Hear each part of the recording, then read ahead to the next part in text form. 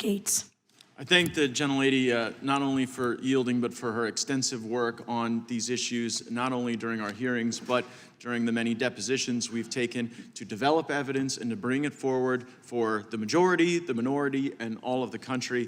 Did you give us that evidence? I know that if the gentlelady from Are you New going to York give us that evidence? was able to speak, that she'd certainly be eager to do so. Mr. Allen, we just astonishingly heard a Democrat on this committee question your allegiance to the United States. How many tours in Iraq did you do? I did 2 tours in Iraq, sir. And for how many decades have you held a security clearance? For 2 decades, sir. Ever been called into question before? No, sir. And you also received the Employee of the Year Award for the Charlotte Field Office, is that right? That is correct, sir. Did you receive any medals during your service for the Marine Corps and the United States Navy? I did, sir. As a member of the Marine Corps, I received 2, a Navy Commendation Medal and a Navy Achievement Medal. Seems to me your allegiance to the United States is pretty well established over multiple decades, wearing the uniform, fighting for our country, and I am proud that you continue to fight for our country as a whistleblower here, making a disclosure to the United States Congress. And Mr. Allen, is it your belief that you were retaliated against because you shared an email that questioned the truthfulness of FBI Director Christopher Wray? Yes, sir. And you believed that he wasn't truthful based on testimony he'd given to the United States Senate, isn't that right? Yes, sir. And in that testimony to the Senate, you believe that Christopher Wray indicated that there were no confidential informants and no FBI assets that were present at the Capitol on January 6th that were part of the violent riot. Isn't that right? Yes, sir. Please play the video. We're now going to hear from George Hill, who worked at the Boston field office.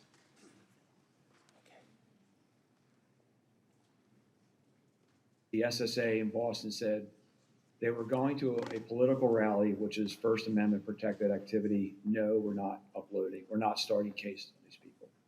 To which they said, well, we're going to call your SAC. And the SSA said, go right ahead. Because when you're pushing back, you want to make sure that you have your 6 covered. So the SAC and the ASAC were intimately aware of these kinds of exchanges that were going on. And again, to his credit, Joe Bonavolonta said, no, we're not opening up cases on people who went to a rally. And I forgot a key part. The SSA for CT2 said, happy to do it. Show us where they were inside the Capitol, and we'll look into it. To which WFO said, we can't show you those videos unless you can tell us the exact time and place those individuals were inside the Capitol. To which the SSA responded back, and I was privy to these conversations firsthand. Why can't you show us? Why can't you just give us access to the 11,000 hours of video that's available? Because there may be UC's undercover officers or CHS's confidential human sources on those videos whose identity we need to protect. So, Mr. Allen, you got retaliated against for the very thing, for saying the very thing that the Washington field office was telling Boston, when the Boston field office was saying, we're not going to go and investigate people that just showed up at a rally without sufficient criminal predicate. The Washington field office told Boston, well, you know what, we can't give you the evidence because it might disclose the very CIs and UCs that you are concerned about. But that doesn't surprise you, Mr. O'Boyle, does it? No, sir. And the reason it doesn't surprise you is that in a different part of the country, you saw that same pressure from the Washington field office. And did they ever try to get you to do something that was outside the normal order of law enforcement activity? Yes, sir. And what did the Washington field office try to get you to do that violated the law and regulations? They tried to get me to serve a federal grand jury subpoena when there was no proper predicate to do so.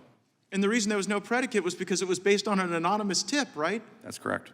And time and again, the Washington field office was trying to pressure you without corroboration to go start process on people. Isn't that right? Yes, sir. And so while I agree that January 6th was a violent day, a bad day, a day that nobody wants to relive, violence on January 6th doesn't justify weaponizing the government against people who were innocent and did nothing wrong. Thank you for blowing the whistle on that. I yield back. Mr. Chairman, I have a sincere point of inquiry. Rule 11, Clause 2